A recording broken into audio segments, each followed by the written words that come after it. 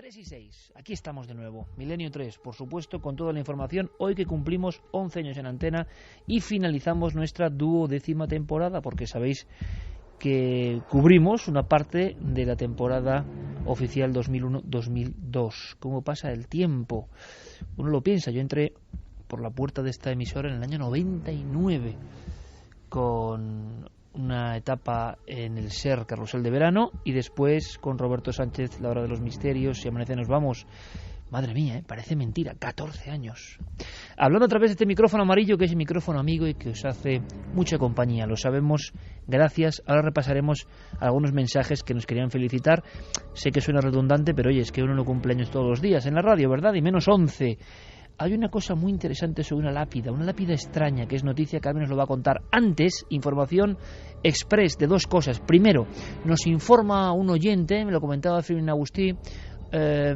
Bueno, es más, Fermín, cuéntamelo tú un poco. Hay una anomalía, una cuestión de festejos en Elche, que imagino que además están de enhorabuena, tierra de íberos, tierra magnífica, y además con un equipo de nuevo en primera, han tirado farolillos que podrían ser los causantes de la visión de Murcia. Fermín, ¿esto nos decían? Efectivamente, y que además nos acaba de llegar otro mail que más o menos lo corrobora. Ha llamado Fernando de Elche y dice que pueden ser unos globos japoneses, estos que van encendidos, rojos, que se han estado lanzando desde 2 puntos de esta ciudad. Además, acaba de llegar otro mail de un vigilante de seguridad nocturno que está trabajando en Llano de Brujas y dice que esta noche lo que se ha visto ha sido varios fuegos artificiales en los pueblos de alrededor. Deben estar varios pueblos ahora mismo en fiestas. Oye, pues lo agradecemos, pero de verdad, porque esto es... Bueno, esto tiene dos lecturas interesantísimas. Primero, que por supuesto, nuestros amigos que han grabado eso, oíamos su voz, su sorpresa, como es lógico, no mienten en ningún momento, que ellos identifican algo en el cielo y rápidamente nos pasan información, de alguna manera. Por otro lado, qué curioso, cuando hacemos el llamamiento, tampoco toda España de repente ve cosas. Claro, evidentemente hay un porcentaje de personas que si desde las radios de la cadena SER dicen está pasando algo, mires al cielo, muchas veces algo vas a ver, porque no conoces bien el cielo o porque puede haber algo. Pero qué curioso, no había una saturación de informaciones como ocurre otras veces cuando hemos vivido casi en directo el paso de algo, de un objeto extraño, de un meteoro, de lo que sea. O sea, una vez más la sinceridad de la audiencia, que agradezco. Y luego, por supuesto, cómo nos ayudamos entre nosotros a saber lo que pasa. Desde Elche y desde el propio lugar, las cercanías de ese Llano de Brujas en Murcia, nos informan. Así que tenemos bastante claro que pudo ser un fenómeno perfectamente natural. Bueno, y que no se tiene tan claro, porque esos farolillos es muy difícil que lleguen hasta Lucena, hasta Córdoba, donde se han visto también esas luces, o hasta Madrid. Estaban hablando de dirección Guadalajara a Madrid. ¿Y siempre varias luces? ¿Todos los testimonios hablan de lo mismo? Pues mira, el de Guadalajara a Madrid hablan de 30 objetos anaranjados, muy muy luminosos y en fila. No había luces de posición de Guadalajara. Avión, y para ser 30 aviones, dice que no podían ser aviones que no hacían nada de ruido. A no ser que haya fiestas en varios lugares y les hayan dado a todos por los farolillos japoneses, ¿no? Que sería una cosa conflictiva para los seguidores del misterio. En Lucena, Córdoba también.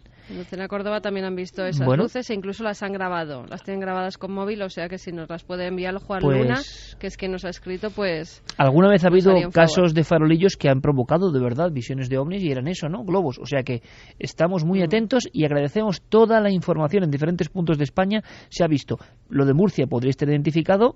Sí, no. Desde Elche nos escribían también, Elche dirección Murcia, que lo han visto durante unos 30 minutos, que sí coincide, porque además esos farolillos, si no hay viento, suelen ir bastante lentos.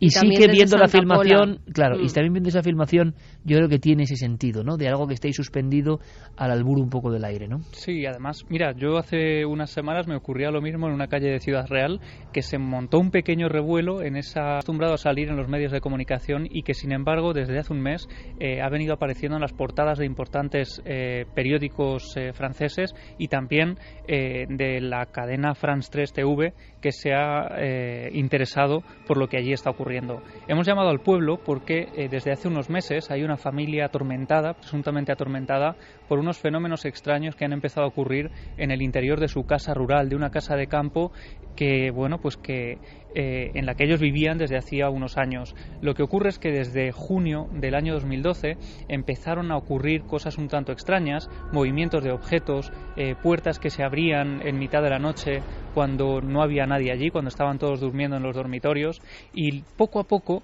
esa serie de fenómenos ha ido incrementándose poco a poco, como decía, y han ido incluso agrediendo a los miembros de la familia. Si quieres, vamos a escuchar un pequeño fragmento de lo que emitía el canal France 3 hace solo unas semanas. Las persianas de esta casa permanecen bajadas después de 3 días de la hospitalización de los inquilinos. La casa está inhabitada. El martes por la tarde, los 3 residentes fueron golpeados por unas sillas que volaron sobre ellos, hiriendo a uno de ellos en la cabeza. Todos estaban en estado de shock y fueron atendidos por los bomberos. A pesar del nuevo episodio, en el pueblo les resulta difícil creerlo. Es curioso que un caso tan espectacular de poltergeist agresivo, si esto es lo que está ocurriendo, no haya trascendido, ¿no? En nuestro país prácticamente. Se da un dato por parte de France 3 sorprendente como poco, que han sido hospitalizados los miembros de la familia, los testigos del hecho. En este caso el padre fue uno de los primeros hospitalizados por ese golpazo de una silla en la cara que le produjo una fuerte conmoción en el momento, pero no ha sido el único. Unos días después, un amigo de la familia que pasaba por allí para ver lo que estaba ocurriendo también fue golpeado por una pastilla de jabón, dicen, que le golpeó con tal fuerza en la cabeza que tuvo que acudir también al hospital y ser hospitalizado casi inmediatamente y hacerse varias pruebas por la fuerte contusión. No solo eso, hay todo tipo de enseres personales que vuelan por el interior del domicilio, que ha golpeado a varias personas que han ido allí a ver y a comprobar en primera persona. Hasta el propio alcalde del pequeño pueblo ha estado en el lugar y ha vivido fenómenos extraños. Vamos a escucharlo también en ese telediario de France 3. Los inquilinos no son los únicos que han visto estos fenómenos. El propio alcalde de la ciudad dice haber sido testigo de cómo una naranja atravesaba la habitación, sillas volando y piedras levitando. Una mala publicidad para los propietarios de esta casa. Y si el mandatario de esa pequeña aldea o pueblo francés perdido, remoto, donde nunca pasa nada, ha sido testigo de algo tan espectacular, ¿qué pasa cuando tú llamas? Yo no entiendo nada. Pues allí nos dicen que no quieren saber más del tema, que todo se está zanjando de la forma que se ha informado en los medios de comunicación y que no tienen nada más que declarar, que por supuesto la familia no quiere hacer declaraciones, que de hecho están viviendo en una casa a las afueras del pequeño pueblo porque el propio alcalde, al vivir en primera persona lo que allí vivió, se ofreció ayudarles de la forma que fuera posible. De momento dándoles una vivienda temporal y por supuesto ayudándoles a encontrar otro lugar. Dicen que además el exorcista de la diócesis está también acudiendo casi diariamente a la casa a hacer varios exorcismos. A la casa deshabitada. A la casa deshabitada para hacer exorcismos y para intentar bendecirla, y desde luego nos decían que ya había serios problemas para que esa casa pudiera volver a estar en venta y que por supuesto alguien la comprara. Lo que nos extraña de esto, Iker, desde luego, es que nosotros hemos tocado alguna vez casos poltergeist donde volaban los objetos y la peculiaridad que tienen es que esas lluvias de piedras, por ejemplo, que aparecen de la nada, siempre atinan con una pasmosa exactitud a unos milímetros del testigo, pero nunca llegan a darle, ¿no? Recuerdo un caso, por ejemplo, en Asturias, en los años 70, decían que los vecinos de una zona de Abarrio estaban atemorizados por una lluvia de piedras constante, ¿no? O en el caso de Torrejón, que tocamos hace también unos meses y que se asemeja bastante porque es el interior de un domicilio donde vuelan los objetos.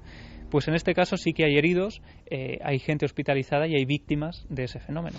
Hay algo muy curioso, una escena, ¿no? Como siempre en la radio a veces son las escenas las que impregnan, las que imaginamos. Yo he imaginado la siguiente, no sé por qué.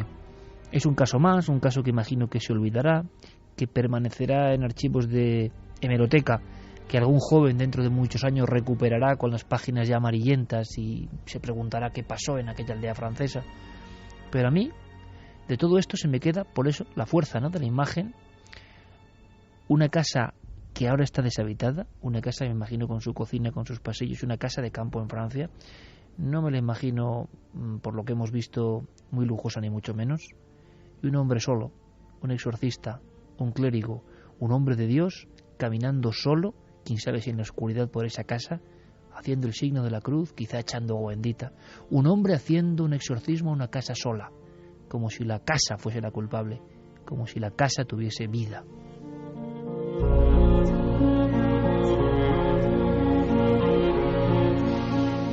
En fin, son escenas, ¿no?, que se quedan ahí, con esa fuerza de los símbolos. Símbolo en una lápida, Carmen, de alguna forma. Nos ha sorprendido porque no conocíamos la historia de este objeto. Cuéntanos. Pues mira, es un objeto, es una piedra rectangular que está escrita, tiene 87 líneas escritas, pero es insólita porque está escrita con tinta y la tinta se ha conservado. Estamos hablando de hace más de 2000 años. Ahora se expone por primera vez, la llaman la piedra del arcángel Gabriel, y hay mucha polémica sobre ella, sobre todo por lo que pone en su texto. ¿Es auténtica o no? ¿O hay polémica también sobre eso? No, se cree que es auténtica, lo que pasa que es polémica por lo que pone en esas líneas. Ajá. Porque creen que anuncia la muerte de Jesús.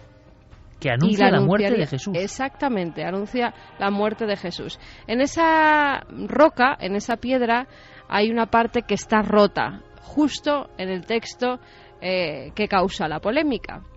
Dice, la traducción lo han traducido varios expertos y entre otras cosas dice: ¿quién eres? Yo soy Gabriel. Dice que son palabras escritas en hebreo sobre esa tabla. Es en la época, según han datado los expertos, del segundo templo de Jerusalén. Lo que estaríamos hablando, pues como te decía antes, de hace más de 2000 años. Se encontró hace más o menos 10 años por unos beduinos en la zona del Mar Muerto. Y después de los rollos del Mar Muerto dicen que es el descubrimiento arqueológico y que tiene que ver con Jesús más importante de la historia. Y si es verdad lo que recogen esas líneas, yo diría que casi más que los rollos del Mar Muerto, bueno, pero... porque las traducciones son tremendas. Cuéntanos. Decían que es muy borroso la línea precisamente donde está esa lápida, esa piedra rota, porque para algunos estudiosos allí se cuenta cómo fue la muerte y la resurrección del Mesías, que todos apuntan a que fue Jesús de Nazaret, que hablan de él, aunque en ningún momento sale reflejado su nombre.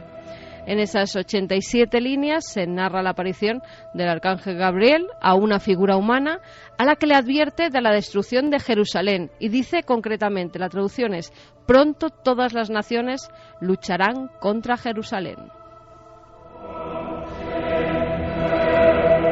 87 líneas para la polémica, la piedra del arcángel, y justo en la zona de la que antes hablábamos como víctima de una deflagración nuclear, ¿no? Según el mito, el delirio, la leyenda de los Anunnaki.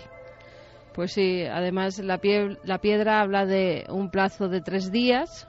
Dice que contiene, los expertos dicen que es como una profecía, que contiene, han dicho exactamente, una referencia al futuro.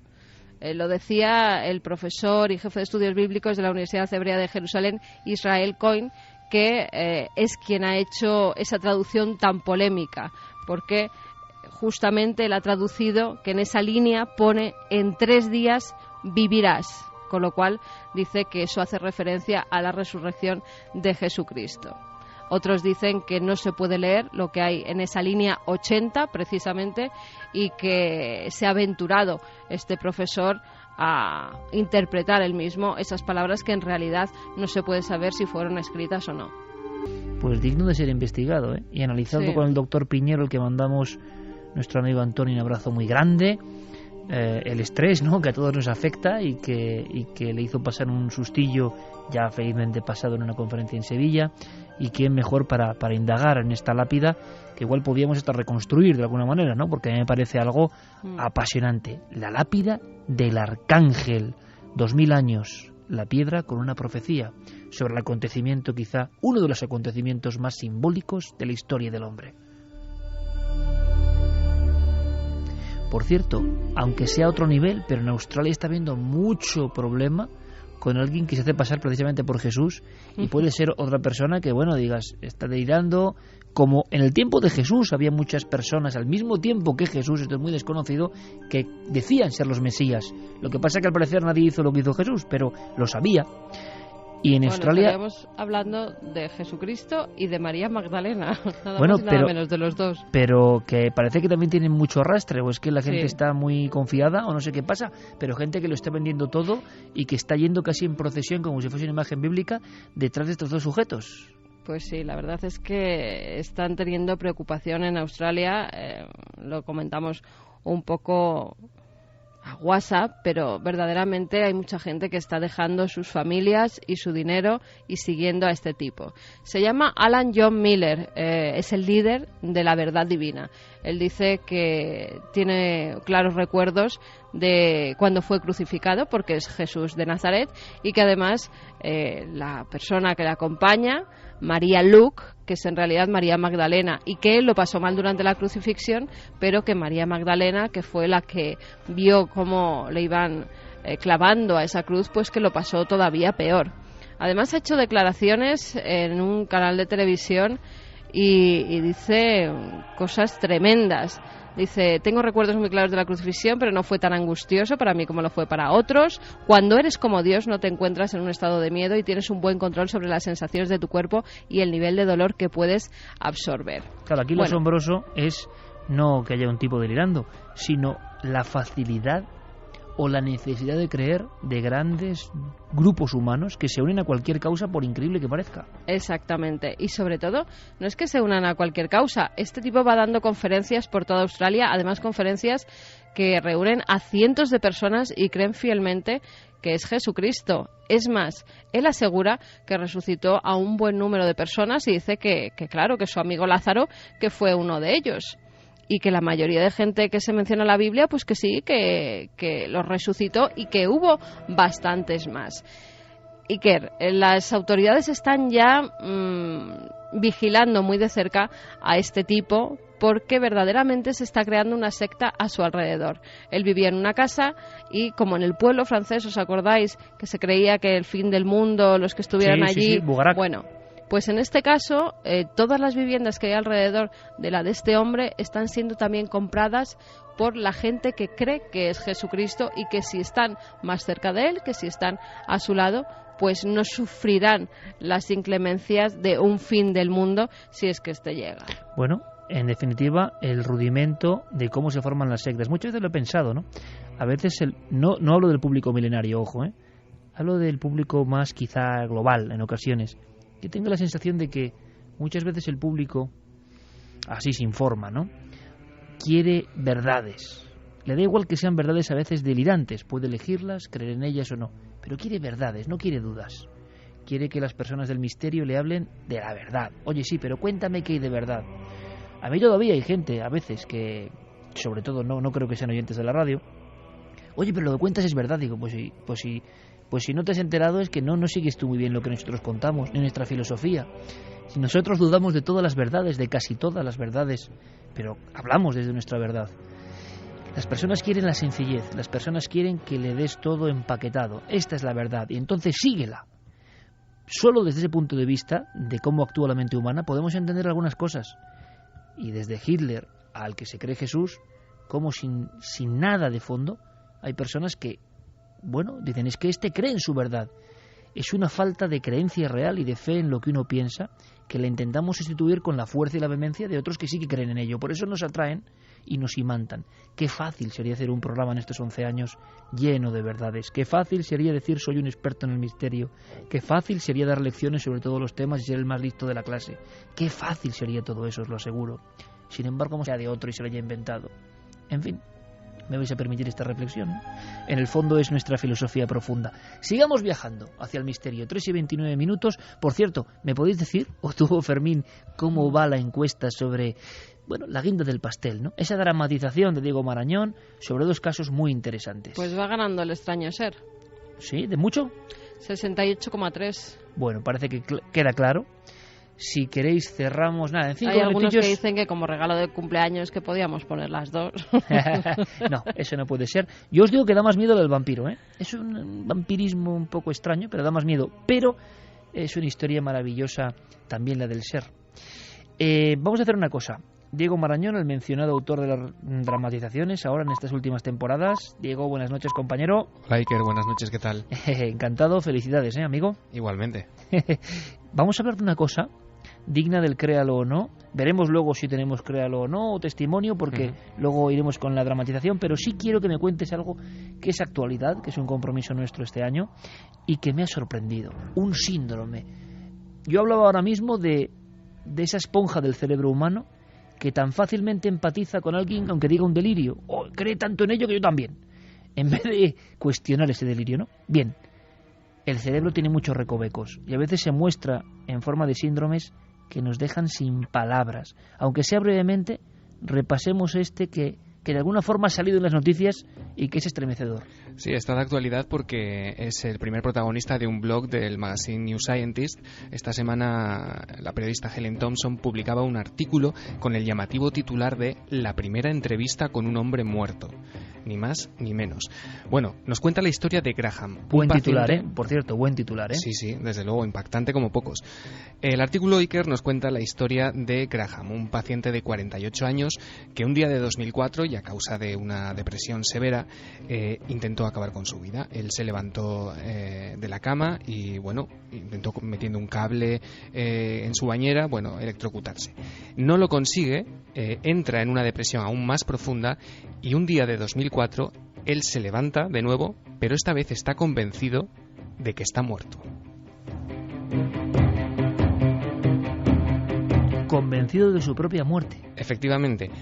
Se trata de un paciente afectado por el síndrome de Cotard. ¿Qué es esto? Bueno, este síndrome se descubrió a finales del siglo XIX por un neurólogo francés, Jules Cotard, que lo diagnosticó a varios pacientes. Esta gente, Iker, está convencida, como te digo, de que están muertos, de que no existen, y en ocasiones incluso se dejan morir de hambre por ausencia total de estímulos y movimientos. Pero mejor que yo... Un zombi real, de alguna forma. Efectivamente, un zombi real, tal cual.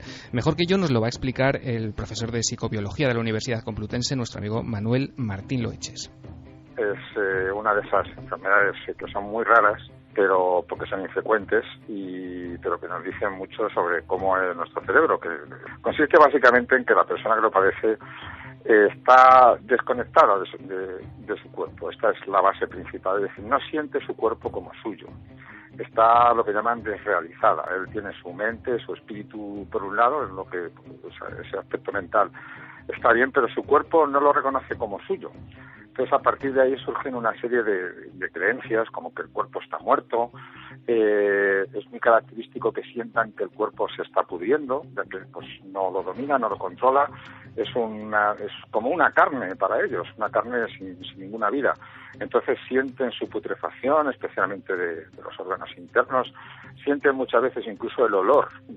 Tienen este tipo de alucinaciones o de sensaciones confusas.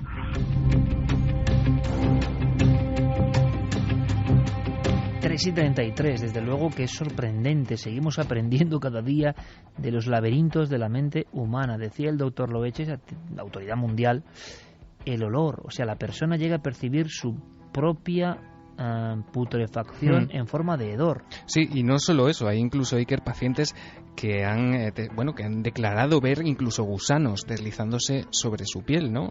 Gusanos que están devorando esa carne que para ellos está muerta. Bueno, lo interesante, Iker, de este caso en concreto de Graham, que es por lo que ha salido a la luz, es que los doctores de la Universidad de Exeter en Reino Unido, haciéndole una serie de pruebas, le hicieron una tomografía de su cerebro, y en esta imagen cerebral, para ver qué estaba pasando en esa cabeza, qué actividad tenía, se dieron cuenta de algo que les dejó profundamente impresionados, y es que la actividad metabólica de la corteza cerebral del paciente no se parecía al de una persona viva, tal cual él estaba, sino que a causa de esa propia creencia de estar muerto, se parecía más al de una persona que estaba en estado vegetativo, una persona anestesiada, una persona dormida. Hasta ese punto llega. Sin embargo, eso no, contrastaba con su vitalidad. Efectivamente. Bueno, entonces, ¿cómo es posible esta disociación? A mí esto me parece muy interesante. Se puede tomar desde muchas ópticas, pero hay un momento en que la mente y el cuerpo se desligan. Nos están enseñando, a martillo, en mi opinión, que mente y cuerpo es lo mismo, que mente se reduce a cerebro, un órgano más. Y sin embargo, ya en ciertas dolencias hay una especie de huida del yo. Yo soy yo, pero no soy mi cuerpo ni mis órganos. Efectivamente. Y esto es una cosa misteriosa que yo creo que da para mucho, ¿no? Porque no solo es en dolencias, hay muchas experiencias místicas, muchas cuestiones al límite, en las cuales el ser humano piensa, cree, alucinación, o quién sabe si es verdad, que su yo es algo que no está apresado en los órganos. Y como tú has dicho, o como lo ha dicho el doctor Loeches, piensan en que es una capa de carne, una cárcel de carne la que nos atrapa a la esencia verdadera, que es lo que creían muchos antiguos, ¿no?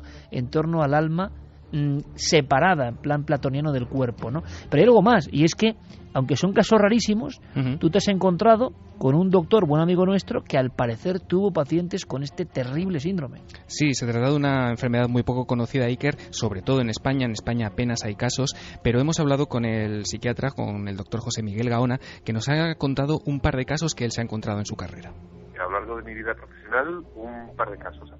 Además, suelen requerir habitualmente, por la gravedad de los síntomas, hospitalización, ¿no? Y el último fue aproximadamente hace unos 3 años, en el que esa persona notaba que sus vísceras comenzaban a morir, comenzaban además a transparentarse, y de alguna manera empezaba a su vez su mente, literalmente del cuerpo, lo abandona, y parece como que el cuerpo es algo totalmente ajeno a nosotros.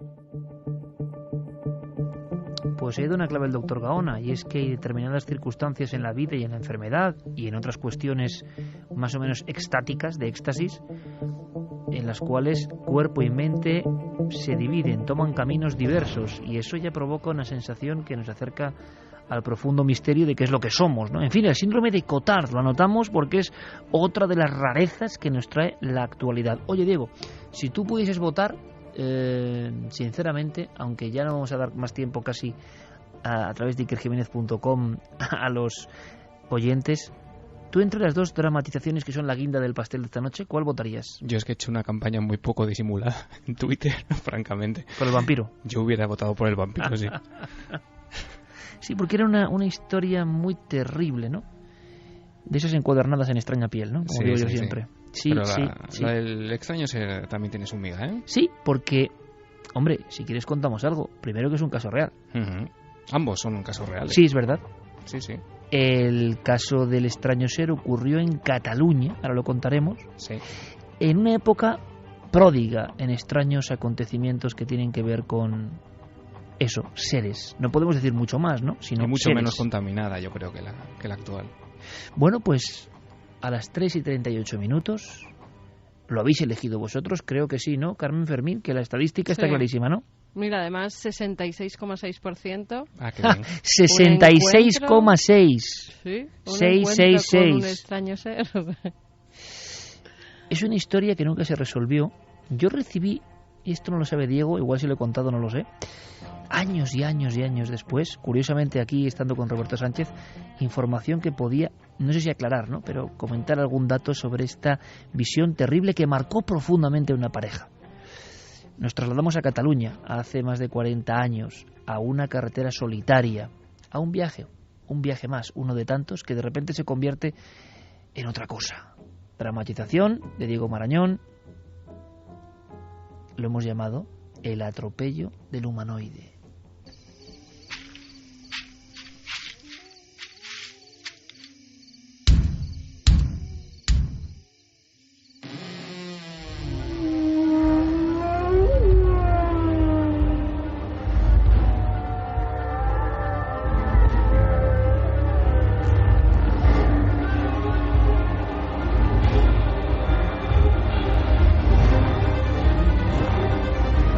Milenio 3 presenta El atropello del humanoide.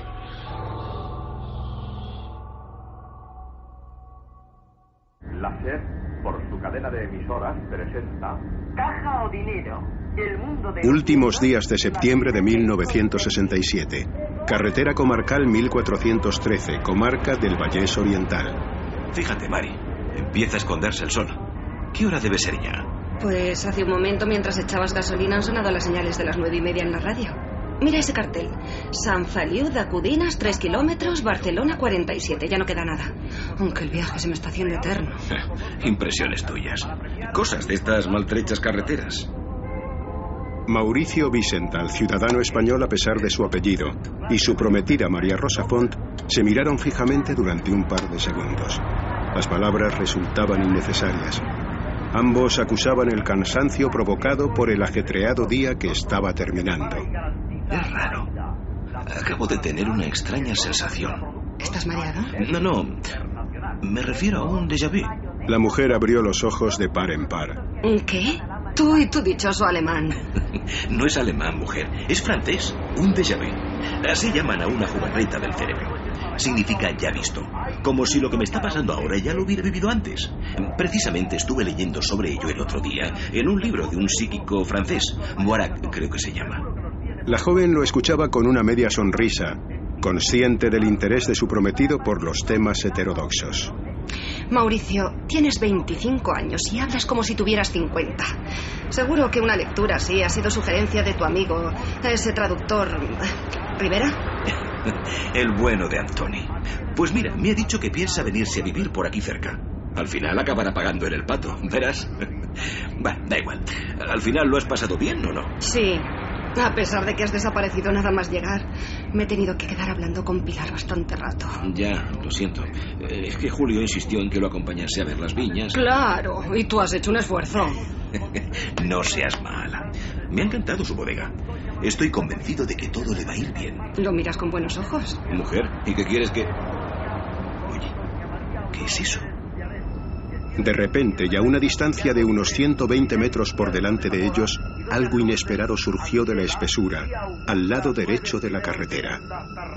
El joven disminuyó súbitamente la velocidad del flamante Citroën 21, hasta prácticamente detenerse. ¿Será un perro? ¿Cómo va a ser un perro? ¿Acaso no estás viendo lo mismo que yo? Mauricio decidió accionar los focos de larga distancia. Bajo la luz que proyectaban, se recortaba una silueta imposible.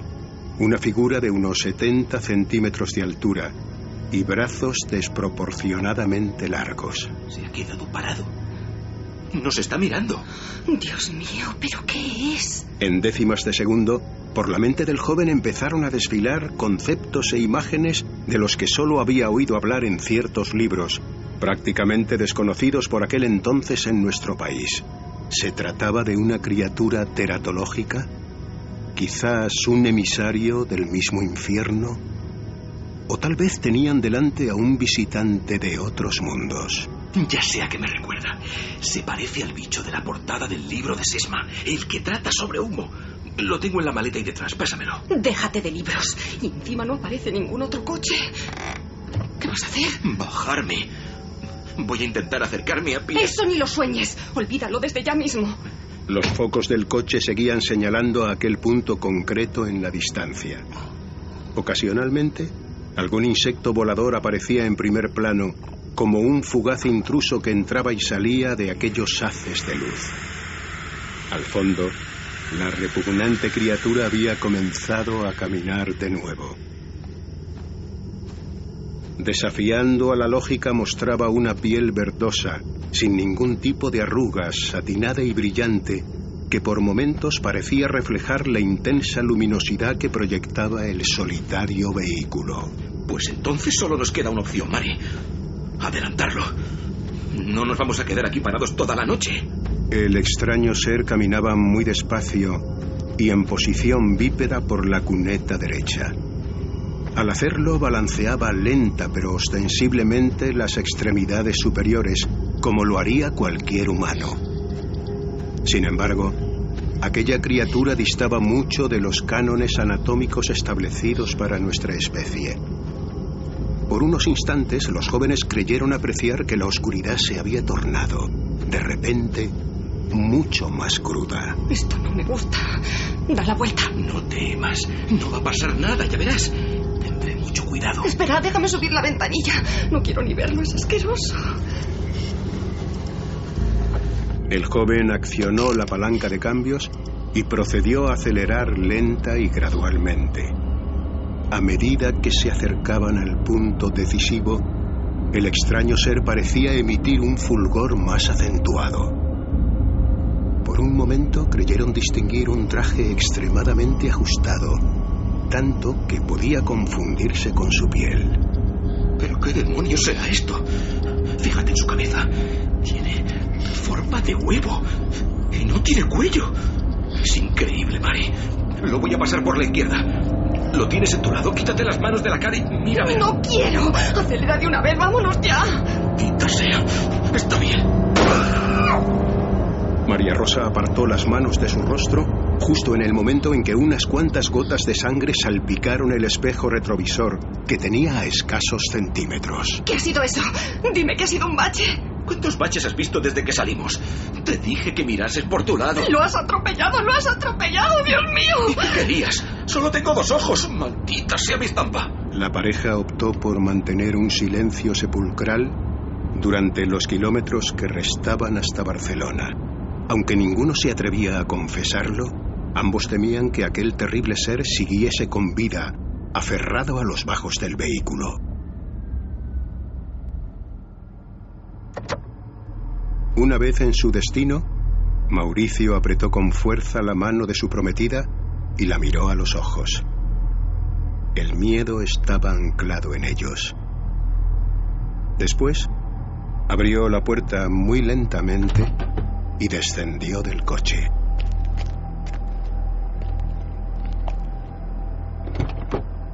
Baja sin miedo. Fuese lo que fuese, lo dejamos atrás. No está. Gracias, Dios mío, gracias.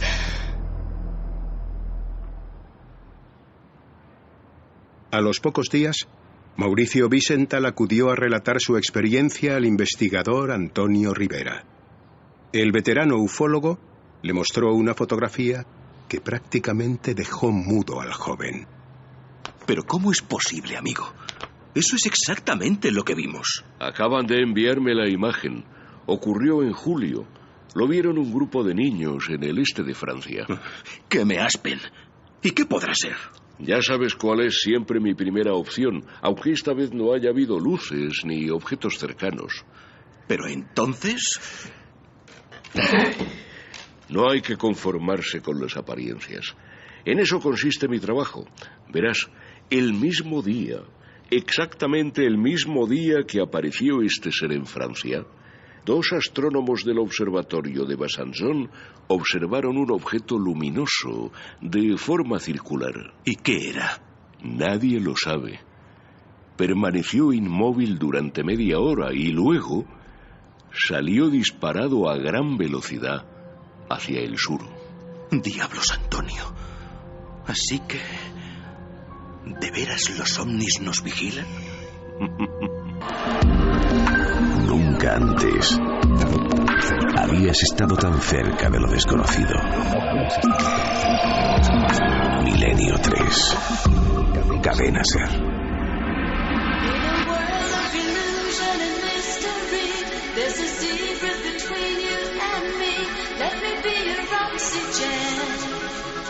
Let me feel your breath again.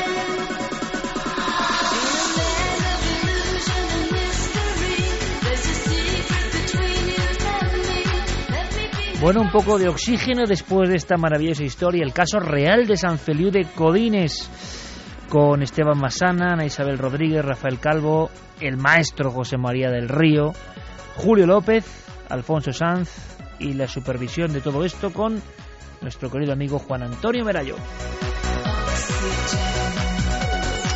Bonito guiño, Diego Marañón, compañero para mitómanos, eso de acabar con un título de uno de los libros míticos de Antonio Rivera, que era De veras los ovnis nos vigilan, ¿no? Efectivamente, yo ya sabes que siempre, sea Rivera, sea Benítez, siempre me gusta meter el guiño a los clásicos porque yo creo que ellos prepararon un camino que después muchos hemos intentado transitar por él.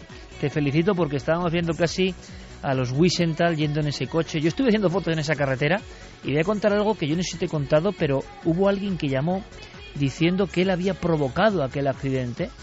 No tuvimos más datos y por tanto tuvimos que dejarlo ahí. Roberto Sánchez y yo seguimos esa pista de alguien enfundado en un traje motivando un susto de muerte un poco absurdo, ¿no? Porque el percance podía haber sido mortal, pero claro, tampoco se pudo comprobar. Lo que sí sabemos es que esa familia quedó marcada por el incidente, se encontraron con ese ser. Es una zona, lo hablábamos ahora mientras escuchábamos la historia con Javi Pérez Campos, donde han ocurrido otras apariciones. Y luego Antonio Rivera, que esto no sé si es muy conocido, que hace muchos años me concedió una entrevista. Es una rareza porque yo nunca lo he contado en ningún libro, solo lo publiqué en aquel número de la revista Enigmas en su día. Un día yo llegué a conocer a Antonio Rivera y se sinceró conmigo y me dijo que él había visto en su propio domicilio, años atrás, y esto le marcó, un ser. Pero un ser que además el impacto es que parecía cuadrúpedo, o sea, una figura un poco encorvada, con las manos en el suelo, algo que le impactó. Y es curioso porque también, y no sé bien por qué, lo cuento esta noche, en otra entrevista años antes, JJ Benítez, ni más ni menos, que nunca lo había contado, me contó de repente, no sé, le dio la sensación de que tenía que contarlo, me contó cómo con 6 años, en el norte de Navarra, él recordaba, y esto hasta los 40 y pico años no le vino a la mente, la presencia de un individuo, de un ser que le causó mucho miedo, tremendo, que parecía con el gesto de la mano decir que no se preocupase, y que había una especie de retazo en su memoria de un encuentro cercano con un individuo, ¿no? Antonio Rivera y JJ Benítez, y me lo contaron. Y a veces eso, en el tiempo pasado surgen estas cosas y vuelven, ¿no?, en la mente. ¿Son ensoñaciones? ¿Son imaginaciones? ¿O son una profunda verdad que no podemos ni concebir? Sé que no te lo vas a creer, Iker, pero justo ayer estaba volviendo a leer esa entrevista que mencionabas, Antonio Rivera, en la revista Enigmas. ¿Qué me dices? Sí. ¿Qué me dices? Sí, sí.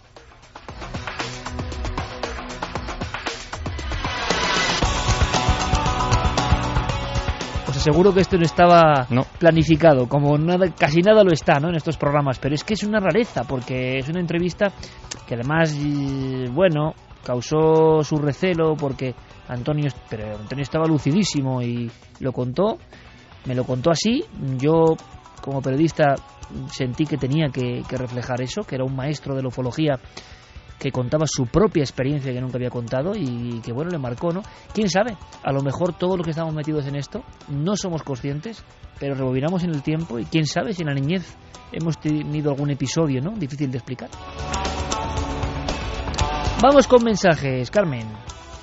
Pues vamos con alguno de esos mensajes. Mucha gente creía que se había cambiado de emisora con la música tan disco que habéis puesto. Pues es un clásico. ¿Será que no son oyentes longevos? Porque DJ Vértigo y la versión de Oxígeno es un clásico que nos acompañó sobre todo durante el 2003, 2004. Le he pedido a Noel que lo saque. Sí, claro, para despertar un poco, ¿no? Porque después de la dramatización, pues uno nunca sabe. Y en fin, agradecemos mucho tantos mensajes de algunos que llevan 11 años con nosotros, parece mentira. Pues sí, la dramatización que le ha encantado a la gente. Qué bien. A algunos le ha dado mucho miedo, a otros menos. Nos pedían que pusiéramos también la del vampiro, pero no puede ser. Habrá que seguir. No puede ser. Hay muchas personas, me dice Fermín Agustí, que creen que yo digo que hoy se acaba la temporada y no es así, no es así. Hoy no se acaba la temporada. Hay mucha gente que lo está comentando en Twitter, pero no. Hoy es aniversario. La noche del 1 al 2 de junio pues se cumple nuestro aniversario simbólico, porque empezamos en esa fecha en el 2002, Milenio 3, pero nada más. Nosotros hasta final de junio continuaremos, por supuesto, aquí. Vamos con esas felicitaciones si quieres, porque hay algunas muy bonitas. Mira, nos dicen: hola milenarios, soy Jordi desde Valencia. Pues tal día como hoy, 1 del 6 del 2013, de hace 11 años, también venía al mundo mi hijo pequeño, Antonio. ¡Qué bueno! ¿Y sabéis dónde os escuché por primera vez? Esperando el nacimiento de mi hijo, paseando arriba y abajo en los pasillos del hospital, y a eso de las 4 de la madrugada vino al mundo. Bueno, qué emocionante, porque para un padre esos segundos que le dejan solo antes de entrar en el paritorio son segundos de experiencia mística absoluta, por lo menos para mí lo fueron. Son momentos importantes que uno no olvidará hasta que se vaya de este mundo, ¿no? Así que le acompañásemos en ese momento nos parece maravilloso y lleno de simbolismo positivo. Más. Nidia y José Luis dice: felicidades por 11 años de magnífico programa, qué sensacionales ratos nos hacéis pasar aquí en Alemania. Seguid así, tan únicos, entrañables y originales. No lo dejéis nunca. Muchos recuerdos desde Alemania. Gracias. Buenas noches y felicidades milenarias. Os escuché por primera vez mientras visitaba la que entonces era mi compañera en Toledo. Desde entonces habéis sido los culpables de que me maraville y de mi poca vida social los sábados por la noche, nos dice John desde Benidorm. Pero seguro que ha ganado mucho en inquietudes y en buenos momentos que luego además se han convertido en investigaciones personales, porque uno ya en cuanto lee un libro de algo que le interesa, para mí es investigador, para mí está investigando, para mí está haciendo lo que la mayoría no hace, ¿no? Y motivar o sembrar eso me parece muy bonito, es una hermosa labor, ¿no? Pues es que hay tantos mensajes. Dicen, buenas chicos, muy especialmente Carmen Iker, Raúl, ¿os acordáis? Un amigo que es además policía, nos dice que saludemos al Cuerpo Nacional de Policía de Alcobendas. Sí. Hombre, Raúl, un buen amigo y que le tenemos mucho aprecio. Y bueno, qué decir, ¿no?, de los cuerpos de seguridad del Estado, que tenemos legión de seguidores y que siempre nos lo demuestran, ¿no? Y nos llena de orgullo, sinceramente. Que están patrullando ahora mismo y nos siguen escuchando, o sea que, nada, todas las fuerzas de seguridad, mucho ánimo en esas patrullas y que nos tengan sintonizados siempre, que hacemos buena compañía. Siempre con la cadena SER. Pai Costas dice, felices 11 años. Justo con 11 añitos empecé a oír vuestras andanzas en las ondas. Que la tiene 22. 11 años después, aquí Madre estoy mía. Terminando periodismo. Qué bueno, qué bueno. Pues mucha Hay suerte. Mucha gente que nos escuchaba con 9, 10 años y ahora ya tiene 20, 21. Madre mía, toda una vida. Parece que no, pero es toda una vida. Y nosotros estamos muy contentos. Diego Marañón, compañero, junto a Javi Pérez Campos, una de las últimas incorporaciones y que representan esas ganas, esa vía nueva, para que digan que los jóvenes no hacen cosas, ¿no? Que muchas veces escuchamos eso. Hay de todo, pues como en Botica, claro, y hay jóvenes como Diego y como Javi y como otros muchos que yo sé que son auténticos entusiastas, y el que tiene entusiasmo mueve su mundo y el de los demás. Diego, gracias, enhorabuena, felicidades, compañero, hasta la próxima. Gracias a vosotros y feliz cumpleaños. Gracias. Que sin duda ya también es un videoclip, esta canción de Enrique Bunbury, uno de los iconos, ¿no?, de la música española e internacional, que duda cabe, que tiene, verdad, Carmen, también su mito moderno, porque esta misma semana se difundía la imagen, yo participo en el videoclip, y que si se censura, que si no está, que si hay una especie de contubernio interno. ¿Cuál es el significado? ¿Qué quiere decir? Mucha gente entusiasmada, otros diciendo, Iker, no te signifiques. O sea, se ha montado un tsunami, que imagino que es lo que Bunbury quería también, ¿no? Bueno, es que es un poco que la gente despierte, para bien o para mal, para censurar el vídeo, para criticarlo o para alabarlo. Pero el caso es que motive una reacción en las personas que lo ven. Pues ha sido todo un experimento y un honor, sinceramente, participar en esto, y quizá podamos resolver algún misterio de los muchos que nos han llegado, ¿no? Cientos de miles de descargas con una auténtica estrella del rock que de repente, bueno, también habrá un enigma ahí de fondo, ¿no? De repente despierta el también, ¿o qué ha pasado? ¿Qué ha ocurrido? Estamos en conexión con Los Ángeles. Enrique Bunbury, amigo, buenas noches. ¿Cómo estáis, Iker? Carmen, un placer estar en vuestro programa, de verdad. Un placer tenerte aquí. Gracias, Enrique. Oye, ¿despierta de qué, amigo? Bueno, despierta. Yo creo que vivimos momentos conflictivos, vivimos momentos en los que se puede pensar que existe cierta esperanza para la humanidad, que existe la posibilidad de que las cosas cambien e incluso que puedan cambiar para mejor. La canción, en definitiva, es un grito individual a cada uno de nosotros, pensando que cada uno podemos hacer cosas para participar de ese cambio. Durante mucho tiempo hemos pensado que son los políticos los que nos pueden hacer cambiar nuestra realidad cotidiana. Y bueno, un poco la canción de lo que habla es que nosotros tenemos un cierto grado de responsabilidad para cambiar desde dentro hacia afuera. Es curioso, Enrique, porque el vídeo ha causado un impacto brutal. Pertenece a un disco que presentarás en breve, ¿no? Palo Santo. Yo no soy un experto musical, pero evidentemente, como tantas otras personas que ahora me están escuchando, hemos crecido no, somos prácticamente de la misma quinta, ¿no? Pero hemos sido jóvenes con tus canciones. Tú hiciste una cosa que es muy complicada, que es de auténtica estrella, contando con todo, digamos, la alabanza y la gracia, ¿no? Del sistema, nunca mejor dicho, para bien, ¿no? Pero de repente inicias un camino en solitario, que eso ya es complicado, eso ya es un poco alma errante, ¿no? Pero de pronto también, en una especie de salto mortal, te conviertes en una persona que nos muestras, junto con Alexis Morante en este vídeo, a niños encadenados a la televisión. Son imágenes muy gráficas, muy potentes, yo creo, te lo dije, que van al inconsciente colectivo. Y por eso la reacción de mucha gente, sea seguidora de Enrique Bunbury o no, de repente ve imágenes muy fuertes que no se suelen ver. Das un garrotazo, ¿no?, a los dirigentes del mundo de alguna manera, y yo creo que ahí dan igual colores o procedencias, los que piensan por nosotros, que dirigen el mundo, y luego además encima, aunque yo invito a que vean el clip, aparecen, ¿no?, también los ovnis, hay imágenes un poco maravillosas, preciosas. ¿Qué te ha pasado a ti interiormente, ¿no?, para convertirte un poco en heraldo, porque lo eres, no sé si consciente o no, de repente de este despertar? ¿Qué te ha ocurrido a ti? Bueno, pues digamos que desde que saqué mi último disco de canciones propias, que fue en el 2010, que fue el disco Las Consecuencias, que era un disco muy introspectivo, muy personal, y que, bueno, pues que hablaba de mis propios demonios, de alguna forma quería dar un giro y quería hacer un disco más social.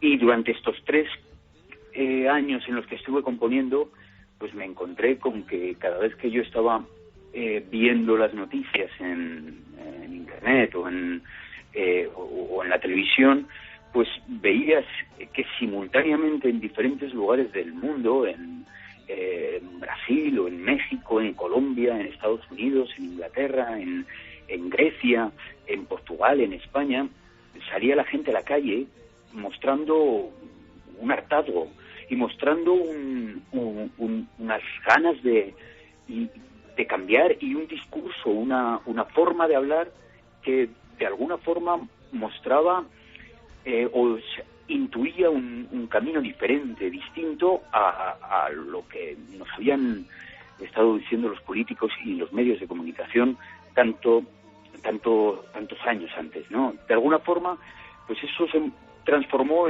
por un lado en un grito de esperanza, luego se transformó lo veías en los bares cuando hablabas con la gente, pues en un cierto escepticismo y sarcasmo, ¿no? La gente pues decía, estos jóvenes que salen a la calle, los perflautas, los tal, no sé qué.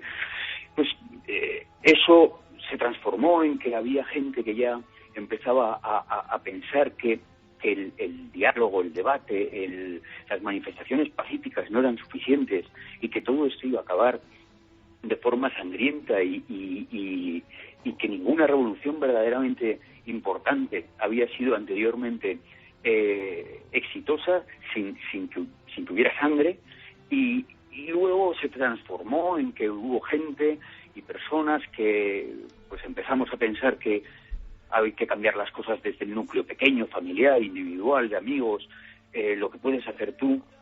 Y por supuesto, además, con el 2012 pues nos encontramos con gente que pensaba que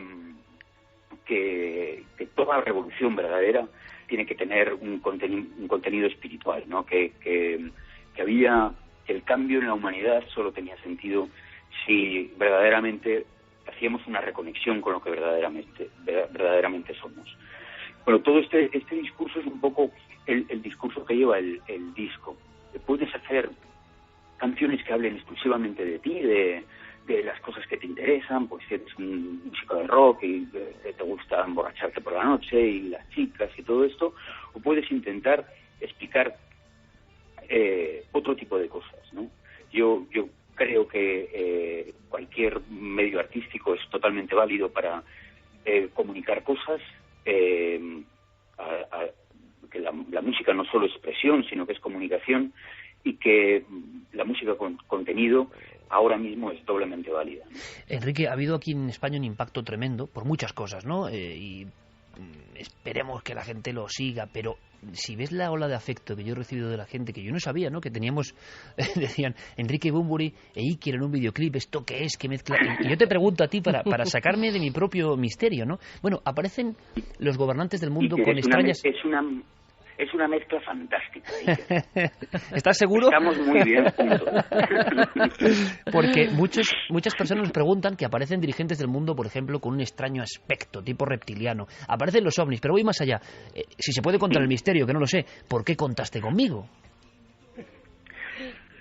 Bueno, cuando yo hablaba con Alexis de el contenido de lo que queríamos contar en esta canción, en este vídeo, pensamos que tenía que salir alguien, digamos, añadiendo un texto extra al texto que va diciendo la canción, que es, bueno, en principio era un texto más largo, al final lo concretamos, bueno, tú sabes porque tú participaste un poco en la concreción del texto que lees ahí a mitad, pero sí que sabíamos que tenía que ser un comunicador, queríamos que fuera un comunicador español y pensábamos que a día de hoy los medios de comunicación en general, la gente que sale en los telediarios, la gente que pertenece a los medios de comunicación masivos, carecen también de credibilidad.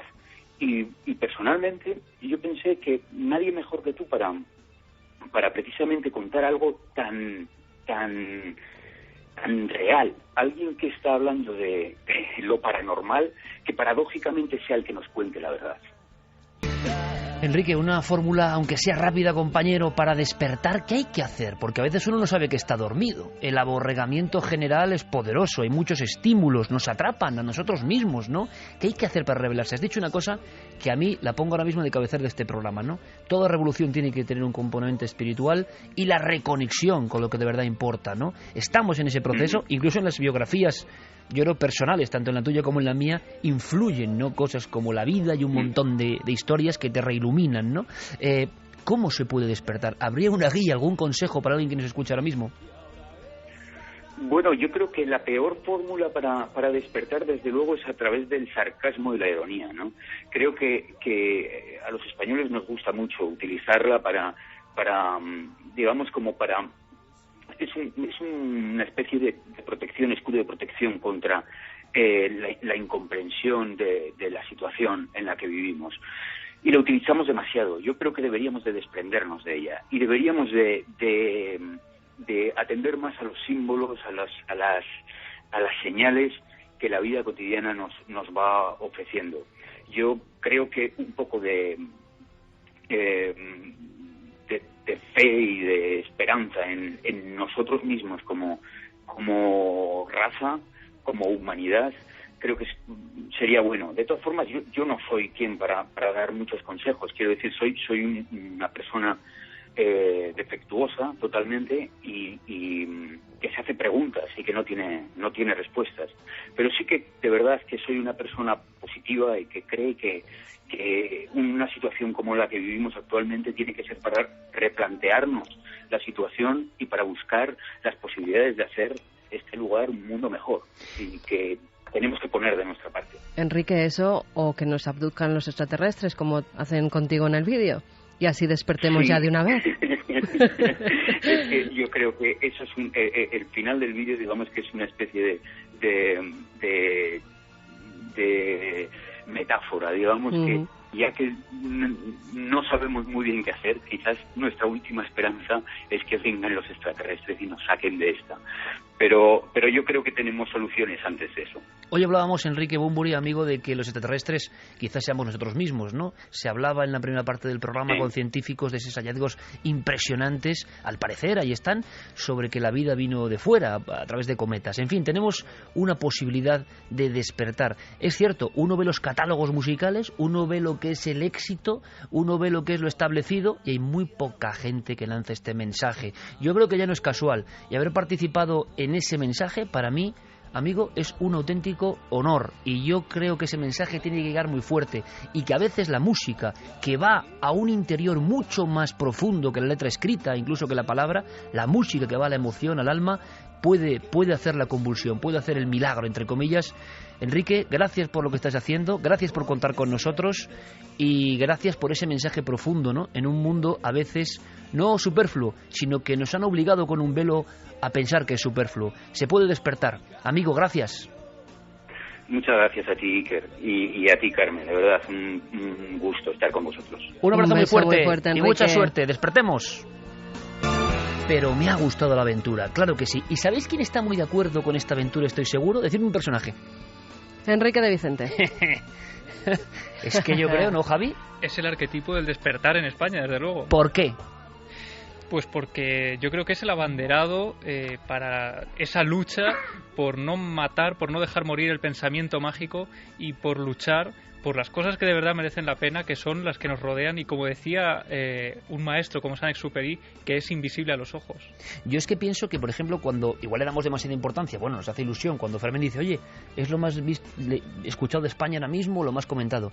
No es por el programa en sí, se llevamos ya mucho tiempo, es porque consideramos que es bonito y hermoso que el mensaje tenga una acogida, porque si no, ¿para qué habla un artista o lo que sea? ¿Para quién? ¿Para él mismo? No, su mensaje tiene que difundirse, y cuando el programa de radio es seguido, el programa de televisión, sentimos que compartimos con vosotros esa información, ¿no? Y que puede ser buena, puede ser mejor. Lo sentimos todos los días en la calle. O sea que a mí Trending Topic está muy bien de cara a los medios, de cara a la gente, pero es que el cariño que hemos sentido durante este año es mortal. En la calle, toda la gente que nos dice, oye, seguid haciendo lo que hacéis, simplemente ese mensaje. Pero escucha una cosa, Karen, que es No importante. hace falta ser Trending Topic. No, pero lo que para mí significa eso internamente es que, tal y como está el patio, y lo sabemos, tal y como está de cosas buenas y malas redes sociales, tal y como están los temas, voy a decir, desequilibrantes, tal y como está... Exacto. De lo que tratamos en el programa, ¿no? Del programa. No por nosotros. A ver si me entendéis. Sí. Si a mí me da igual que otro programa que tratase este tema fuese Trending Topic, me encantaría. Si lo que quiero es que se hable de esto, no porque sea Milenio 3 y digamos qué buenos somos, oye chicos, número 1. Si eso al final, con el tiempo, de verdad que da igual. Lo importante es que la gente joven, la gente de cualquier edad, no solo hable de ciertas cosas, sino también de esto. Quiere decir que la emisión está abriendo abanico, ¿no? Y que, como ya sabíamos, vosotros sois muy sabios, ¿no? Y eso es importante, y que no sois pocos. Que no sois pocos. Eso es muy importante también, porque se tiene la idea de minorías, ¿no? Estos temas para minorías. Bueno, pues para minorías para nada. Eso es lo primero. Y segundo, más gente con ganas de información, de despertar, de no estar con lo de siempre. Pero si somos los primeros que hacemos de todo y no renunciamos a nada, querer el misterio, estos temas, no es ser una anacoreta que se va a la cueva y no quiere saber nada del mundo al ruido. No, para nada. Pero por favor, estamos viendo tal masificación, tal aborregamiento en algunos contenidos, en lo que se expresa la gente joven, yo creo, ¿no? De cómo evolucionar, de cómo triunfar, esa palabra asquerosa a veces, ¿no? De triunfar, ¿a cambio de qué? ¿Por qué hay que triunfar? Habrá que ser feliz, no triunfar, habrá que ser feliz y coherente. Bueno, pues que se hable de ciertas cosas, jolín, pues ya no le interesa, ¿no? Que se hable de esas cosas, no el programa en sí. Pero decíamos que Enrique de Vicente, al que yo llamo siempre maestro, porque para mí lo es una persona avanzada, porque hablar de esto ahora está muy bien. Hablar del año 68, casi en los mismos términos, hombre, pues tiene su valor, ¿no? Hablar de despertar, ¿no?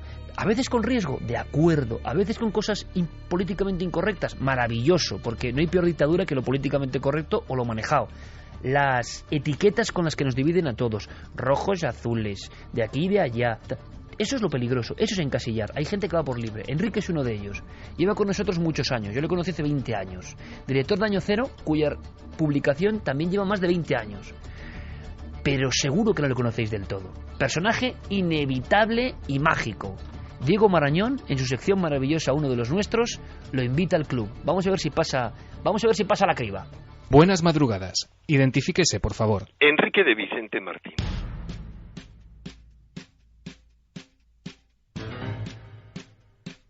Maestro, bienvenido, buenas noches. Me voy a enrollar un poco, me temo. Es director de la revista Año Cero. Y tiene ganas de hablar de muchas cosas. Hagan la revolución, monten lío, vayan contra este sistema injusto en el que vivimos. Lo que hacen es meternos miedo, miedo, miedo y más miedo. Tenemos que despertar. ¿Eligió usted al misterio o el misterio le eligió a usted? Hombre, el misterio siempre le elige a uno, pero uno tiene que corresponder a ese amor. ¿En qué ocasión lo ha sentido más cerca? Muchas.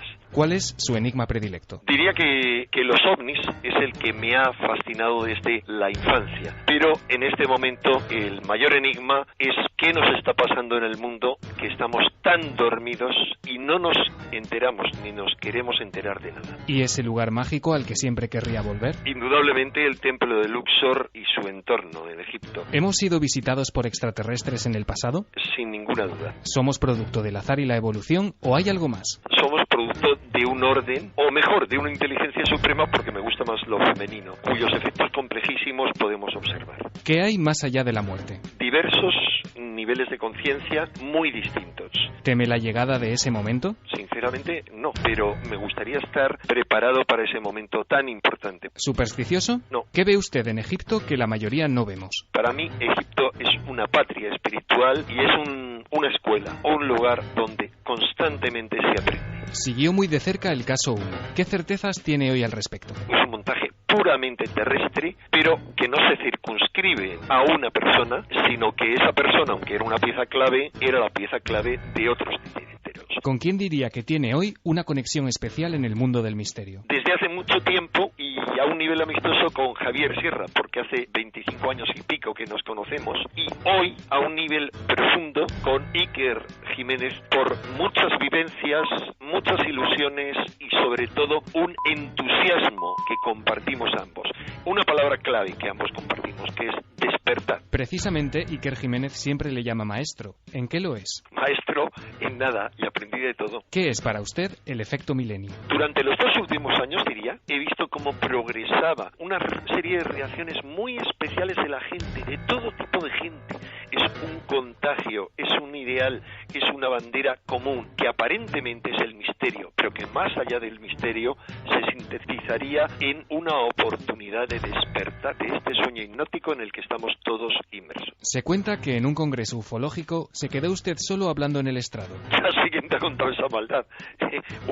Un famoso escritor de renombre internacional. Bueno, eso quiere ejemplificar que yo me enrollo mucho. Cuando se me deja, me enrollo extensamente. Y sí, se refería a una ocasión en que en Extremadura tenían que irse a comer los ponentes y me dijeron, nos vamos a comer mientras tú sigues aquí con la conferencia y el coloquio. ¿Es cierto que su camino se cruzó durante un tiempo con el de Pedro Almodóvar? Compartimos una misma empresa en la que yo comencé a trabajar y él trabajaba en esa misma empresa por diversas razones, sobre todo por mi actividad sindicalista en aquel entonces. Sí, le conocía a él como otra mucha gente. ¿Cuál ha sido el fregado más grande en el que se ha metido? En editar la revista, en hacer la revista Año Cero. Si piensa en su infancia, la imagen que aparece en su memoria es... encontrarme en un periódico con que los platillos volantes existían. ¿A quién le encantaría haber conocido? Sin duda a Jesús el Cristo. ¿A qué tiene miedo? Al miedo. Un libro y una película. Fragmentos de una enseñanza desconocida de Uspensky, del filósofo y periodista Uspensky, sobre la enseñanza de Gurdjieff. Quizá por asociación, Meetings with Remarkable Men, porque no está traducida al castellano. Por supuesto, a nivel más popular, la serie Star Wars, porque es una mitología moderna, y Encuentros en la tercera fase, por el impacto que supuso en su momento. Un pintor y un músico. Un pintor poco conocido, pero para mí esencial por el mensaje que transmite. Nicholas Ring, Wolfgang Amadeus Mozart. Acabemos con un vicio confesable. Visitar, ojear y comprar algunas cosas en librerías, sobre todo en librerías extranjeras. Cada vez que he visitado algún país en el que puedo comprar libros en idiomas que entiendo, es un vicio tremendo. Gracias por su colaboración. La identificación ha sido completada con éxito. Desde este momento puede considerarse de forma oficial y por méritos propios uno de los nuestros. Don Enrique de Vicente, el maestro, que es un representante genuino, en mi opinión sincera, de esas personas que en los años 60 se engancharon al mundo del misterio. Uno nunca sabe en qué momento le va a pasar, ni cómo es la iluminación, ¿no?, del mundo del misterio. ¿Por qué a un niño que ve un recorte en un periódico le pega tan fuerte? ¿Qué hay de fondo en estas cosas, no? ¿Por qué ocurren unas personas y otras no? ¿Por qué miles de personas habrían visto esa misma mañana de Enrique de Vicente niño ese periódico y no les pasó nada? Y siguieron con su vida absolutamente normal, noble, ordinaria y lógica. Pero ¿por qué a un niño le dio ese arrebato, ese momento que cambia su vida, que le hace pensar de una forma completamente a contracorriente. ¿Qué misterio hay ahí, no? Nuestro homenaje, porque lleva metido en todos los fregados editoriales y de difusión de estos temas durante los últimos prácticamente 45 años. Se dice pronto, ¿eh?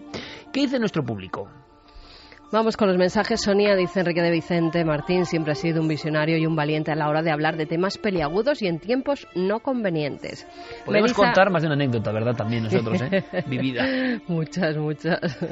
Melissa Caro dice: si hay algo que me gusta de Milenio 3 es que hablan desde una perspectiva crítica y apolítica. Es una realidad tan manipulada. En una realidad tan manipulada es un alivio. Nancy dice que bueno que la gente esté despertando y entienda que lo que se considera paranormal puede ser lo único real. Silian, despierta, es un llamamiento a defender nuestros derechos porque estamos dormidos.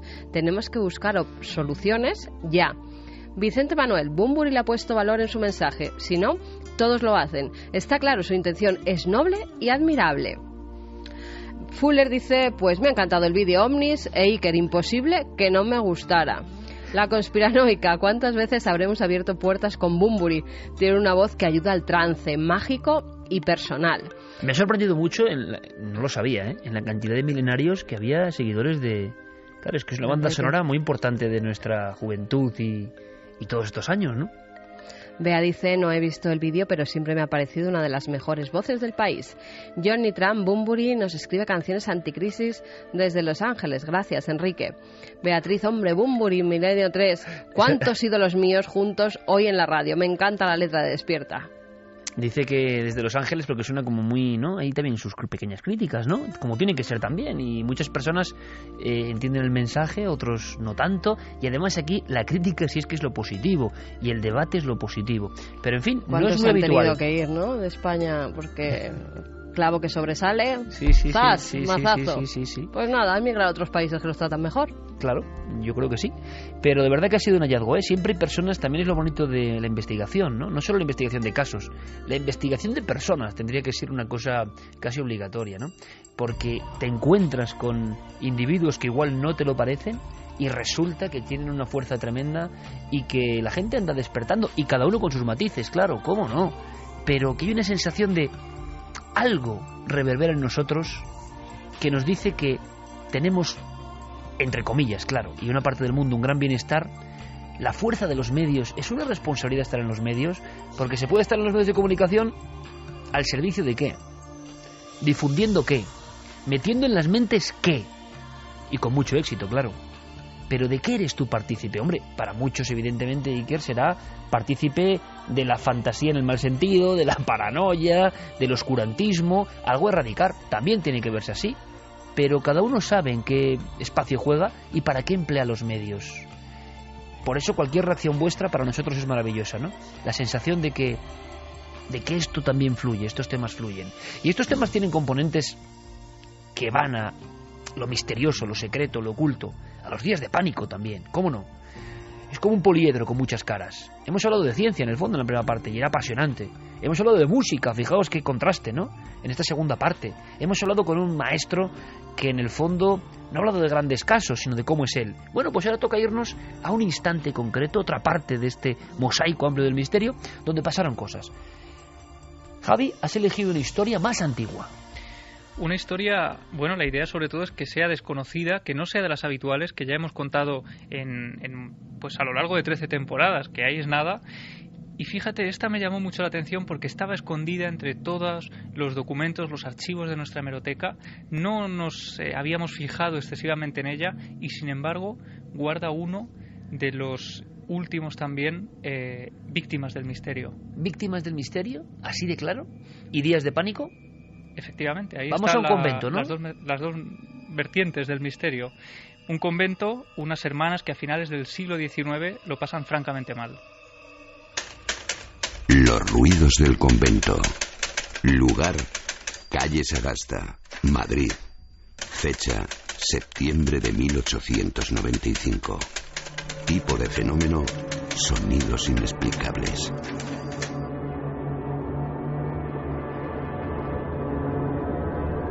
El verano llegaba a su fin y el frío iba adueñándose de las calles de la capital. En el barrio de Trafalgar, un grupo de 22 religiosas hacía su vida normal en el convento. Pertenecían a la orden de las monjas concepcionistas y se habían instalado allí 4 años atrás por la tranquilidad habitual de la zona. Sin embargo, a mediados de septiembre esa paz se vio quebrada por un extraño ruido que acabaría causando el pánico entre las hermanas. La primera en escucharlo fue Sor Coloma Sero, que se encontraba en la portería antes de la cena. Estaba leyendo unos versos para hacer tiempo cuando un fuerte sonido la sobresaltó. Unos golpes secos estaban surgiendo del muro colindante al cementerio.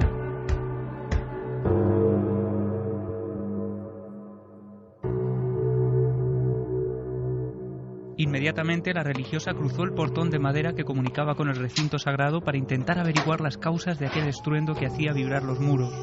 Una vez allí, rodeada de viejas lápidas, descubrió que estaba completamente sola. Al día siguiente el fenómeno volvería a repetirse aún con mayor fuerza y en los momentos más inesperados. Al cabo de una semana era incapaz de moverse de la cama. Allí se consumía, cada vez más delgada, la luz del candil. Su salud se vio tan afectada que pronto recibió la visita de un sacerdote para darle la extrema unción. Solo unas horas después, Sor Coloma, mujer vital donde las hubiera, alcanzaba el descanso eterno. Pero no fue la única víctima del misterio. Otras guardias civiles hacían guardias en la calle, mientras otros cegaban pozos y recorrían alcantarillas y subterráneos. Ingenieros enviados por el obispado analizaban cada plano del edificio, levantando suelo y tirando tabiques. El resultado fue infructuoso, aunque consiguieron convertirse en testigos de lo absurdo. El cabo Arribas, de la Guardia Civil, llegó a apuntar con su fusil a una esquina del comedor. Una esquina donde no había nadie.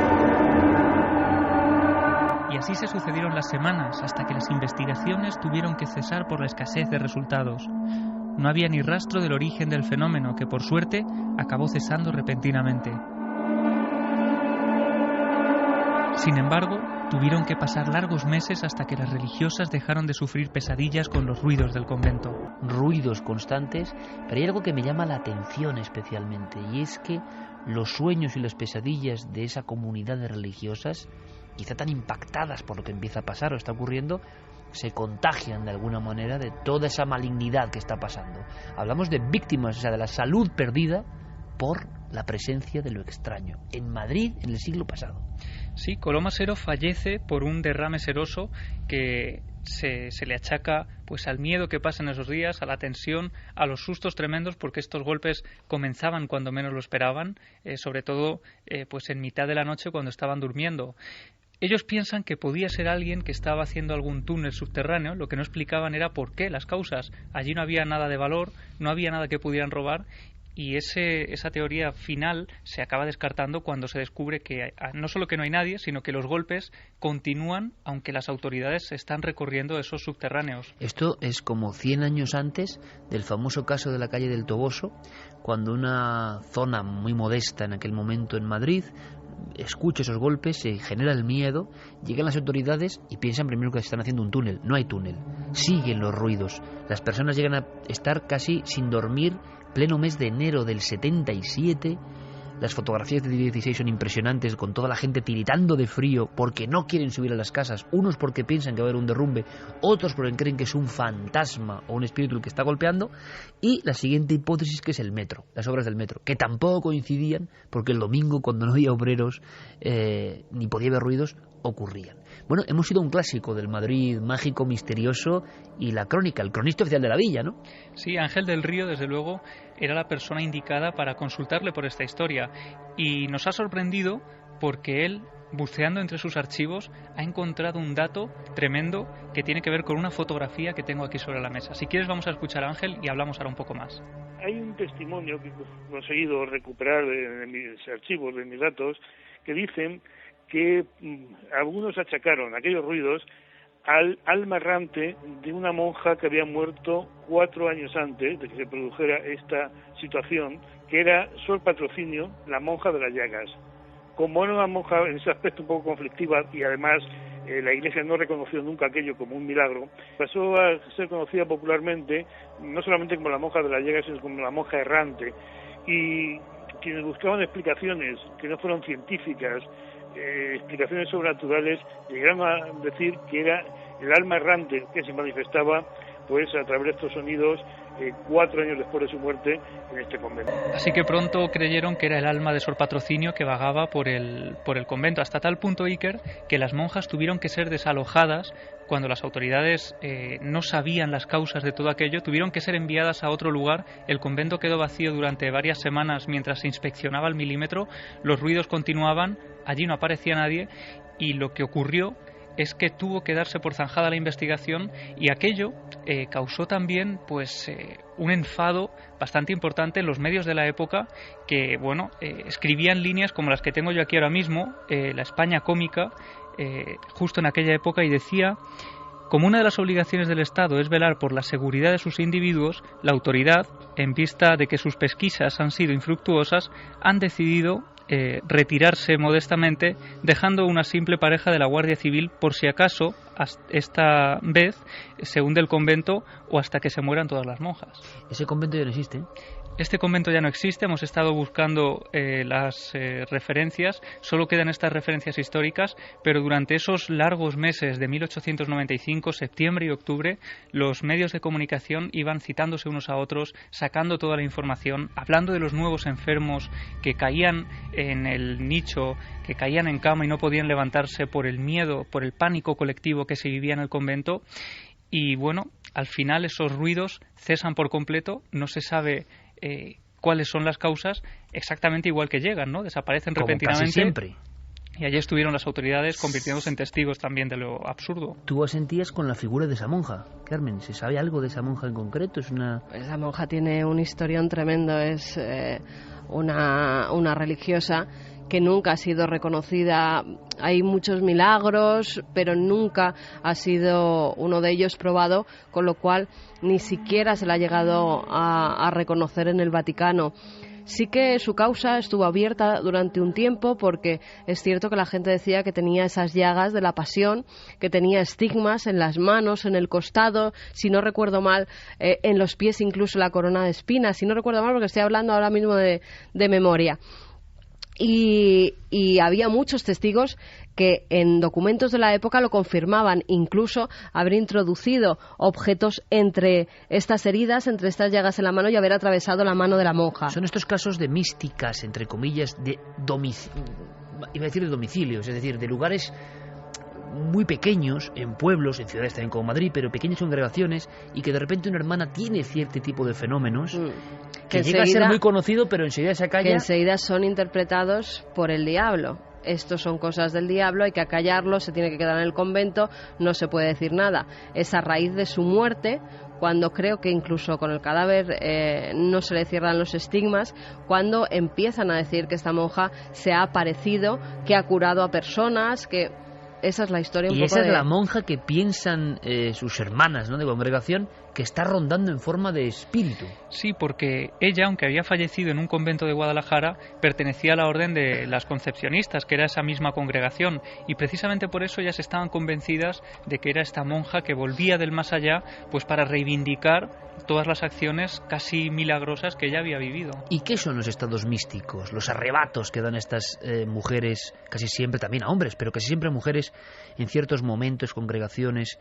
Qué fácil es descartar todo esto con el punto de vista de la neurofisiología, la ciencia más ortodoxa. Bueno, pues que si epilepsias, que si... Y no queda claro, no todo el mundo con una epilepsia, no todo el mundo con ciertas enfermedades despliega tal tipo de fenomenologías, ni tal tipo de intensidad o profundidad espiritual, porque algunas de las grandes figuras místicas tenían como fogonazos, es decir, su vida era más o menos cotidiana, pero llegaba el fogonazo de no sé qué y entraban en otro umbral. Fijaos, os digo esto porque mañana en Cuarto Milenio tenemos una cosa que es sumamente interesante. Vamos a llamarlo casco de Dios, porque así lo han llamado los científicos. Es un tema científico, pero de puro misterio. Pienso esto porque da la sensación, nos dicen, nos cuentan, yo no sé si es verdad o no, pero nos cuentan los científicos más ortodoxos, más fríos, que el cerebro tiene esas dos partes, de las que hemos hablado muchas veces. Una parte izquierda, todos tenemos una parte izquierda, que es como muy lógica, muy material, muy terrena, muy ordenada, nos ayuda a hacer sumas y a aprender el lenguaje y a hacer las cosas más o menos con cierto rigor. Sin embargo, el lado derecho es un campo parece más inexplorado, más interconectado, y donde está lo fantástico, la imaginación, las dotes artísticas, la emoción de la música, por ejemplo, la pintura, las sensaciones también que puede tener que ver con el misterio. Muchos se han preguntado, ¿no será que las personas, desde los chamanes hasta estas místicas, u otras personas normales y corrientes que no saben nada de su cerebro, porque lo normal es que no sepamos nada de nuestro cerebro, que ven de repente cosas, es que tienen ese hemisferio más desarrollado, o más potente, como queréis llamarlo? Ese conjunto de elementos entre un hemisferio y otro a veces se desincroniza. La ciencia ordinaria dice, bueno, claro, todo está dentro de la cabeza y se ven fantasías, epilepsias, se ven cosas convulsionantes, porque en el fondo es un mal funcionamiento del cerebro. Bien, hay toda una corriente, y de eso hablaremos mañana, y os va a sorprender verlo en acción, que dicen que no, que nosotros tenemos un dial, somos como una radio, un dial más o menos ajustado. Cuando ese dial se desajusta un poquito, no es que tú estés como una tarambana, sino que estás ampliando tu antena y estás viendo cosas que están, pero que habitualmente no se ven. Cuando vemos un testigo que nos dice, es que yo vi esta figura, iba en el claustro del convento de Silos y al final del pasillo de las columnas había un niño que me miraba y de repente se difuminó. ¿Qué es lo lógico? Bueno, tú estás loco, tú tienes una enfermedad, se hace los exámenes y no tiene enfermedad. ¿No será que esa persona de repente ha conectado su cerebro con algo, como si fuese una wifi, ¿no? Donde están cosas que no todo el mundo puede ver? ¿Por qué se parecen todos los fenómenos idénticamente casi a todos los místicos, todas las personas con cierta profundidad? Están como con el cerebro... Se ha intentado explicar, desde la ciencia se ha intentado explicar muchas veces por qué sufren estos fenómenos los personajes místicos. En el caso de las monjas, se decía, muchas de ellas entraban muy jóvenes al convento, el estar recluidas durante tanto tiempo, el comer muy poco, el hacer muchos trabajos a los que no estaban acostumbradas. Situación todo límite. ello, exactamente, todo ello hacía pues que cayeran desmayadas, que muchas de ellas empezaran a tener visiones, también por el hambre que pasaban. En muchas ocasiones tenían que hacer ayunos que en ocasiones eran de días, con lo cual empezaban a escuchar y a ver cosas, tenían visiones. De acuerdo. Yo te digo... Te digo lo que explica, claro, lo que por explica eso, la ciencia... Pero que alguien prueba a tener mucho hambre, ya verá cómo no ve visiones. Oh, sí. Bueno, yo creo que no. Pero los eremitas en las cuevas también sufrían esos ayunos y también tenían la pregunta es, esas visiones. ¿por hambre o porque su percepción se ha colocado en un umbral que es donde de verdad se accede a lo que no se ve, a lo que tenemos un velo, una coraza todos? Bueno, pues es una posibilidad. El funcionamiento de esos dos cerebros dentro de uno, ¿no? ¿Cómo cambiamos un poquito el dial, como si ahora vosotros en vuestro reproductor cambiéis un poquito la antena y se oye ese ruido blanco? Bueno, ahí están las cosas. Y la gente accede a esas cosas desde hace mucho tiempo. Pero para eso hay que tener o ese hemisferio derecho más desarrollado o que se produzca algo que nos lo cambie. Claro, lo que pasa que en los conventos, cuando todas las monjas, porque además había como epidemias de monjas que entraban en estados o de endemoniamiento o de pues, visiones místicas. Una podía tener esa visión que dices tú del cerebro, tener una cierta capacidad.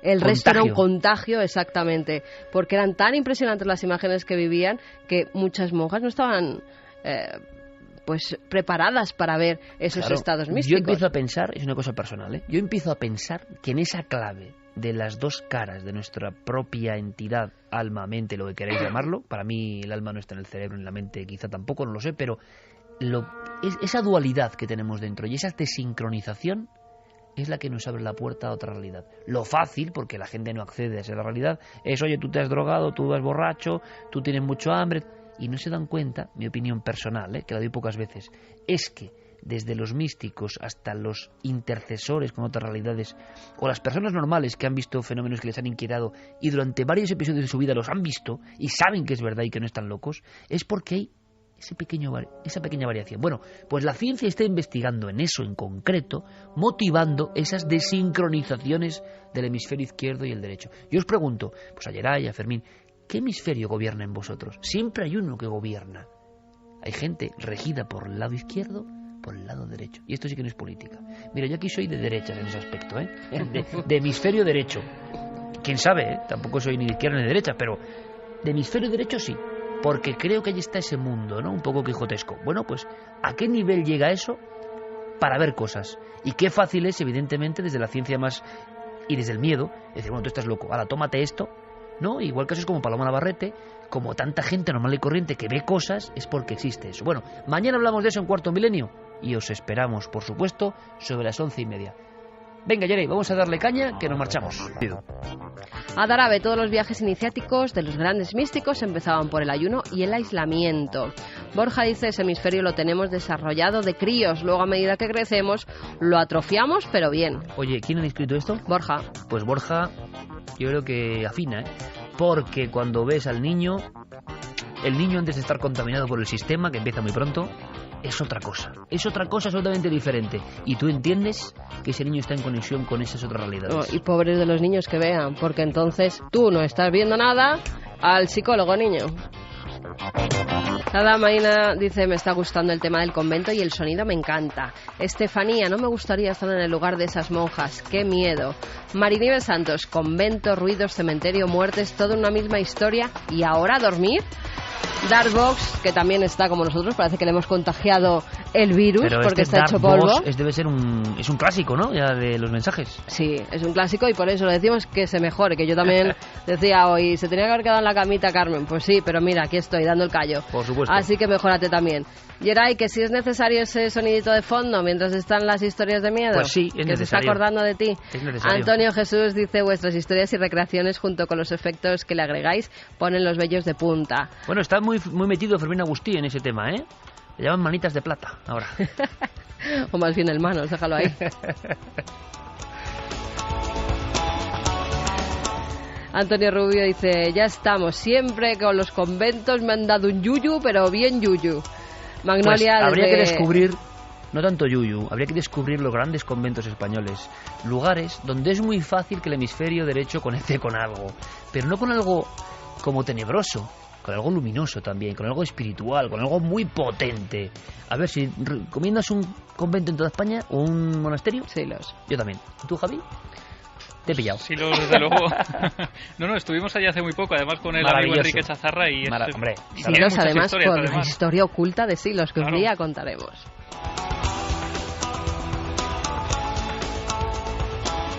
Magnolia desde Córdoba nos dice, estoy muy acostumbrada a ver a las personas con camisetas, bolsos y toda clase de indumentaria con las banderas de Japón, de Estados Unidos, de Inglaterra. Y un día a mí se me ocurrió comprarme una pulsera con la bandera de mi país porque mi país me gusta.